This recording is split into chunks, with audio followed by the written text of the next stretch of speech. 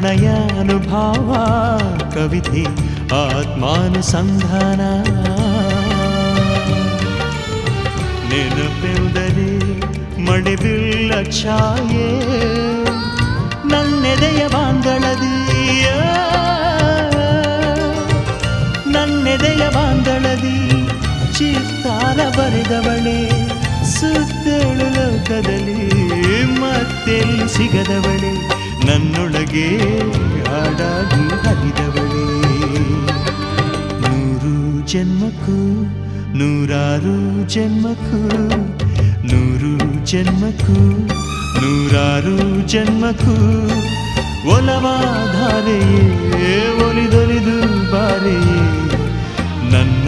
ಆತ್ಮ ನನ್ನ ಪ್ರಾಣ ನೀನೆಂದು